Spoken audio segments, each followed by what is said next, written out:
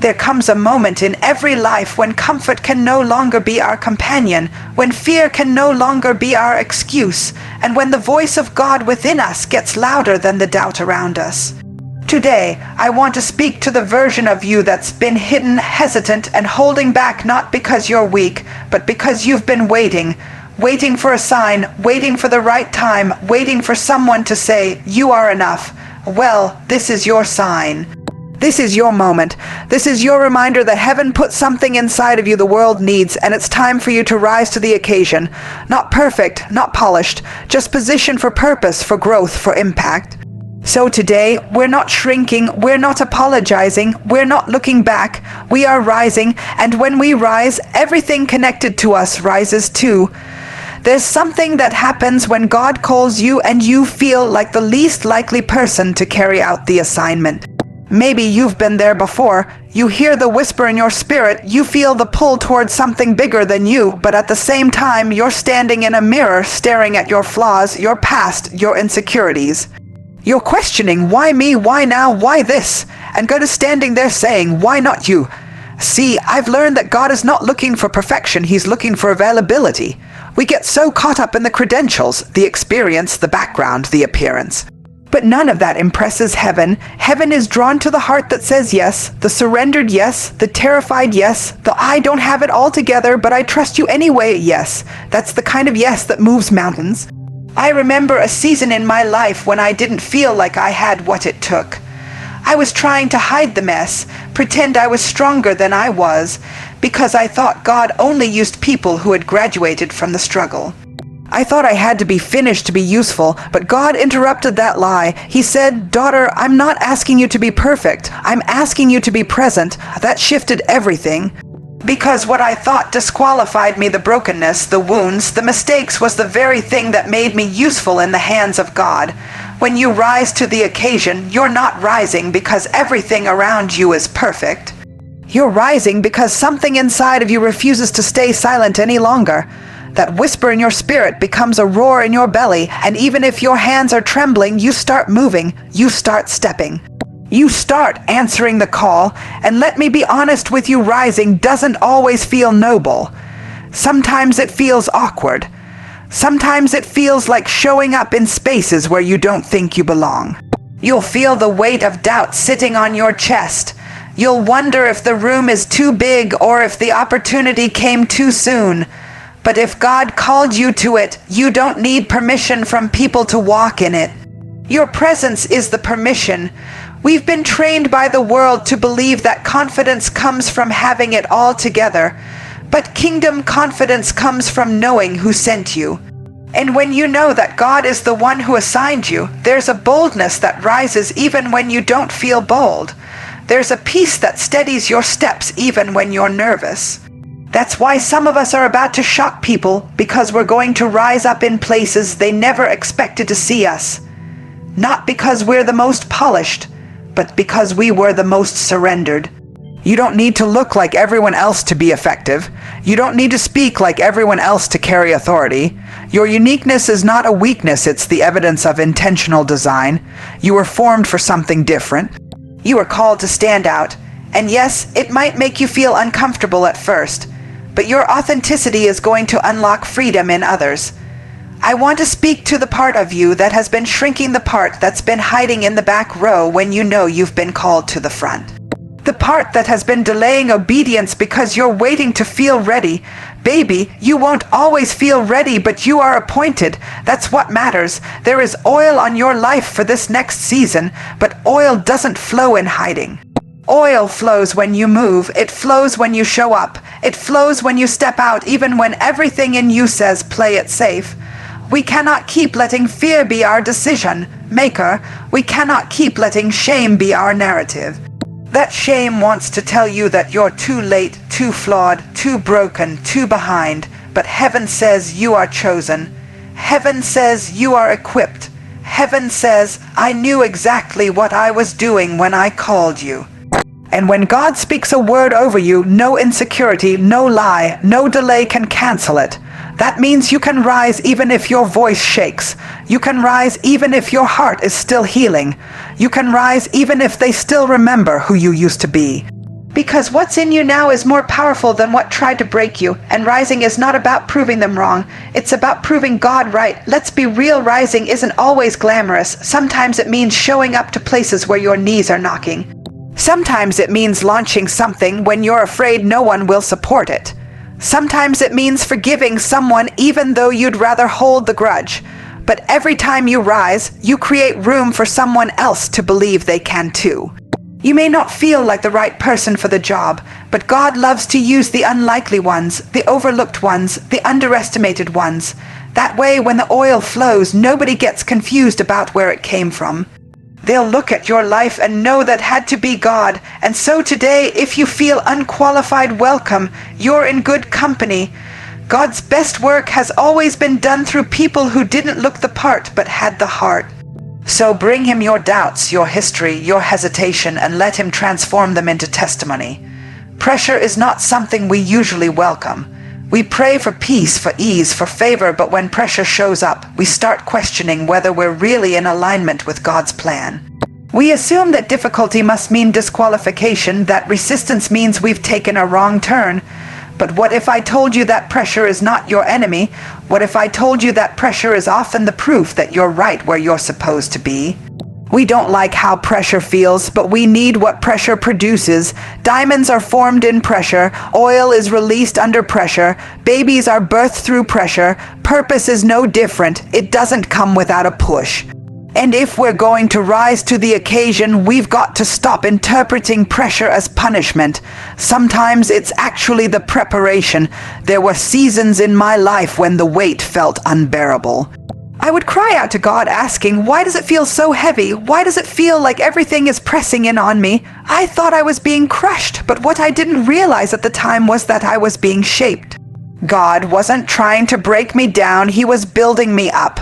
But he was doing it through pressure, not because he needed to see if I was strong enough, but because he needed me to see what was inside of me. See, you don't discover what you carry in comfort. You discover it when you're pressed by life, pressed by responsibility, pressed by rejection, pressed by expectations. That's when the real you rises. That's when you learn how deep your faith really runs. That's when your prayers stop being polite and start becoming powerful. That's when you stop performing and start becoming. Pressure will make you confront the parts of yourself you've been trying to avoid. It will stretch you, refine you, and sometimes even isolate you. But the isolation isn't meant to punish you, it's meant to consecrate you. There are certain things God will only whisper when he has you to himself. That's why the pressure feels so personal, because it is. It's not happening to everyone around you. It's happening to you because something is about to come through you. You were never meant to stay the same. And pressure makes sure you don't. It forces transformation. It interrupts complacency. It shakes up the things you've settled for. And I know it's uncomfortable, but growth is always uncomfortable. You cannot evolve in environments designed to keep you safe. God will disturb your comfort to deliver you to your next. So if you're in a season right now that feels heavy, if you're carrying burdens no one sees, if you're fighting battles in silence, if you're waking up every day wondering how long you can hold it together, let me speak to you. That weight isn't there to crush you, it's there to call you up, to pull out the strength, the wisdom, the anointing that's been buried under fear and doubt. You are not weak for feeling the pressure. You are stronger than you think because you haven't folded under it. There were moments I wanted to walk away. Moments I wanted to shrink back into the shadows because the weight of becoming felt overwhelming. But I couldn't quit because something inside of me was being activated. I couldn't run because I knew deep down that the pressure was part of the promise, and so I stayed. I cried, I wrestled, I prayed, I doubted, but I stayed. And every time I thought it was too much, grace met me in the middle. Sometimes we're asking God to remove what he's using to build us. We want out of the fire, but the fire is refining us. We want to skip the process, but the process is making us. And there are no shortcuts to destiny. You don't just arrive, you're forged, and you're forged in pressure. And here's the thing, pressure doesn't just produce strength. It reveals purpose. It shows you what you were created for.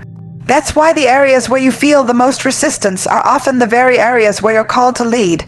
The enemy doesn't fight what isn't threatening. He turns up the heat when he senses something powerful is being formed. So, if it feels like the warfare has increased, if it feels like life is coming at you from all sides, don't panic. Take it as confirmation that you're on the edge of something major, but you've got to make a decision in the middle of it. Will you let the pressure push you into fear, or will you let it push you into faith? Will you shrink under it, or will you rise through it? Because rising is not about escaping the weight, it's about learning how to carry it with grace. Learning how to praise while pressed, learning how to walk with God when your legs are shaking, learning how to declare victory even while the battle is still raging. There is something so powerful about a person who doesn't run from the hard thing, who stands in the middle of the fire and says, God, if you brought me here, then you must have already equipped me for it. That's how you rise, not by avoiding the pressure, but by allowing it to work for you.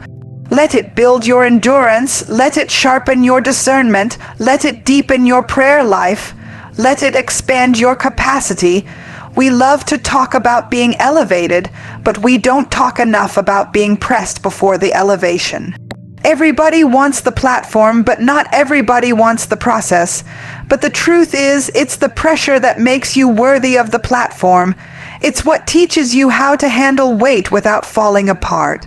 Because if you can carry it in private, you'll be trusted to carry it in public. God knows what He put in you. He knows how much you can bear, and sometimes He allows the pressure to rise so you can rise with it. He wants to show you that you're stronger than you thought, wiser than you knew, more anointed than you imagined. But you'll never find that out in ease. You find it in the pressing, so don't curse the pressure. Don't rush to escape it. Let it do its work. Let it push you into position. Let it birth the next version of you. Let it extract the oil, because pressure isn't the end, it's the beginning of purpose. You cannot step into a new season carrying an old identity. It just won't work. You can pray for breakthrough, fast for clarity, cry for change, but until you release who you used to be, you cannot fully walk into who you're becoming. At some point, your identity has to evolve in order for your destiny to activate. This is where so many of us get stuck, not because we're not anointed, not because we're not gifted, not because we're not called, but because we're still living by names that no longer match our future. We're trying to walk into next wearing the labels of who we were in the last season, labels given by trauma, labels given by culture. Labels given by people who only knew the broken version of us, and we wonder why doors feel stuck and assignments feel heavy. It's because our soul is wearing clothes that don't fit anymore. There comes a moment when you have to let the old version of you die. And I know that sounds dramatic, but it's the truth. You have to let go of the survival version of yourself, the one who did what they had to do to get through, who shrank themselves to make others comfortable, who wore strength like armor because softness felt like weakness. You have to honor that version, yes. They carried you through some dark seasons, but now it's time to release them, because who you're becoming cannot thrive under that mask. When God starts shifting your life, He doesn't just change your surroundings, He starts changing you. Your language changes, your mindset changes, your appetite changes. What used to satisfy you starts to irritate you. What used to entertain you doesn't even interest you anymore, and it's not that you're too good for those things, it's that you've outgrown them. Growth will always make the familiar feel uncomfortable, and that's okay, because comfort is not the goal, transformation is. There was a time in my life when I begged God to change my circumstances. I wanted new opportunities, better relationships, open doors. I thought that if I could just fix what was around me, then I would finally feel whole. But God didn't start with what was around me, He started with what was within me. He started tearing down thought patterns that were keeping me small. He started confronting lies I didn't even know I believed. He started asking me questions like, who told you that about yourself? Who told you weren't worthy? Who told you that was all you'd ever be? And when God starts asking questions like that, it's because He's ready to upgrade your identity. He's ready to pull you out of hiding and call you by your real name, not the name life gave you, not the name shame gave you, but the name He spoke over you when He formed you. That's the name your purpose responds to. That's the name your future has been waiting for. But you have to come into agreement with it. God can call you healed, But if you still see yourself as broken, you'll live beneath your authority. He can call you chosen, but if you still see yourself as overlooked, you'll stay in the background. This is why rising to the occasion isn't just about showing up, it's about showing up as the right version of you. The bold you, the healed you, the focused you, the surrendered you, because the version of you that was molded by trauma can't carry the oil for this next season. The version of you that settled for less can't hold the capacity God is trying to pour into. There is a higher you, and God is calling you up to meet her, but you have to make peace with the process. Identity evolution is not glamorous, it's messy, it's painful, it feels like grieving, because in a way it is. You're grieving who you thought you had to be. You're letting go of the survival mechanisms that once kept you safe, and that grief can feel confusing, especially when you don't have the language for what's happening. But don't run from it. Don't numb it, sit with it, because on the other side of that shedding is freedom, and freedom is always worth the wrestle. You know what else happens when your identity evolves. Your circle shifts, your conversations shift, your values shift, and not everybody is going to understand that. Some people will want the old you back because the old you made them comfortable. The old you didn't challenge them to grow. The old you tolerated things that the new you won't even entertain. But hear me, it is not your job to shrink to make others comfortable with your growth. You're not being arrogant, you're being aligned. And alignment sometimes looks like isolation. That's part of the cost. You might feel lonely, you might feel misunderstood, but I promise you, clarity will come. God will start surrounding you with people who see the real you, not just the version you've shown for survival. People who challenge you, stretch you, speak life into you, and hold you accountable to your assignment. But you'll never attract those people while you're hiding behind old versions of yourself. The true connections are waiting on the true you. So let me speak this over you. It is safe to evolve. It is safe to grow. It is safe to outgrow. You do not owe anyone an explanation for your healing. You do not owe guilt for your expansion. You have permission to become everything God said you were, even if it disrupts the story others told about you. You have permission to change your mind, to change your habits, to change your boundaries. And you don't need a dramatic exit or a long speech. Just rise quietly, boldly, authentically. You're not being fake for changing. You're being faithful. Faithful to the version of you that's been buried under years of fear and pretending. Faithful to the future that's been waiting on your yes. Faithful to the identity that was always yours but finally feels like home. And when you rise into that identity, everything else begins to align. Opportunities show up that you never had to chase. Peace comes that doesn't even make sense. Vision gets clearer. Relationships become intentional. You stop hustling for approval and start walking in assurance. Not because everything is perfect, but because you are aligned. That's what happens when identity evolves. Destiny activates. Let me tell you something I had to learn the hard way. Rising to the occasion doesn't always feel right. It doesn't always come with confirmation, applause, or clarity. Sometimes it feels like walking blindfolded toward a door you're not even sure will open, and yet you still walk, you still show up. You still move not because you feel confident, but because your faith is louder than your feelings. Your feelings will lie to you. They'll convince you you're not ready, not equipped, not strong enough. They'll whisper insecurities and amplify fear. They'll keep you stuck in cycles and seated in spaces you've long outgrown. But faith doesn't need to feel right. It knows what's right. It's rooted in something bigger than emotion. It's built on a foundation that won't shake just because your mood did. Some of you are waiting to feel brave before you step out, waiting to feel qualified before you lead, waiting to feel peaceful before you obey. But let me lovingly tell you that day may never come. You're waiting for a feeling, and God is waiting for your faith. There's a gap between where you are and where you're going, and that gap will never be bridged by your feelings. It will only be bridged by your obedience. I remember seasons when I begged God to change the way I felt. I wanted to wake up fearless. I wanted to speak boldly without hesitation. I wanted to walk into every room like I belonged there. But more often than not, I didn't feel any of those things. I felt unworthy, I felt unsure, I felt inadequate, and yet God kept nudging me forward, kept calling me higher, kept asking me to move anyway. That's when I realized something powerful. Faith is not about the absence of fear. It's about not letting fear make your decisions. It's about showing up scared and trusting that God will meet you in the step. It's about saying yes when everything in your body wants to say no. It's about remembering that your feelings don't get the final word, your faith does. You don't rise to the occasion because it feels good. You rise because you're called, and callings don't wait for convenience. They show up in the middle of the storm, in the middle of the insecurity, in the middle of the chaos, and say now. Because faith doesn't ask if you're ready. It says, if God is with me, then I'm already enough. One of the tricks the enemy uses is to convince you that if you don't feel strong, then you must not be strong. But strength is not always loud. It's not always confident. Sometimes strength is just the ability to keep showing up, to keep moving, to keep believing when nothing around you looks like what God promised.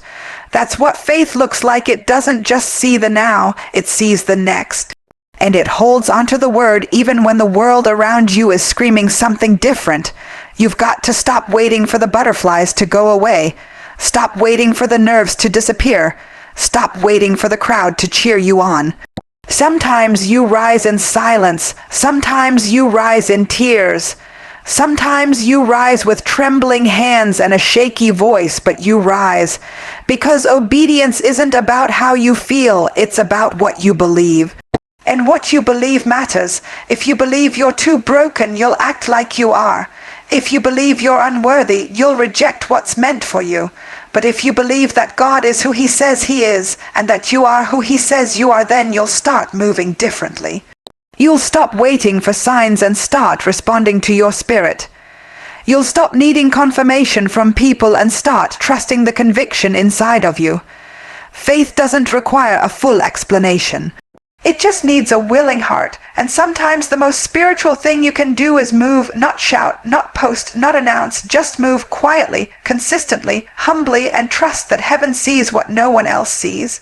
Trust that every step you take in faith is breaking something off of your bloodline, opening a door for someone behind you, rewriting a narrative that said you couldn't, shouldn't, or wouldn't. Feelings will fluctuate. They're not steady. One day you'll feel like conquering the world. The next you'll feel like hiding from it. That's human, but don't let your humanity rob you of your divinity. Don't let temporary emotions derail eternal assignments. You've got too much oil on your life to sit down every time you don't feel like standing up. You've prayed for change, but change requires movement, and movement requires faith. The kind of faith that says, I don't know how this will work, but I trust that it will. The kind of faith that doesn't need a blueprint to build. The kind of faith that lifts its head when everything in you wants to bow it. That's the kind of faith that creates legacy. The kind of faith that breaks generational patterns. The kind of faith that makes heaven stand still and hell tremble. Let me talk to the version of you that's tired of pretending.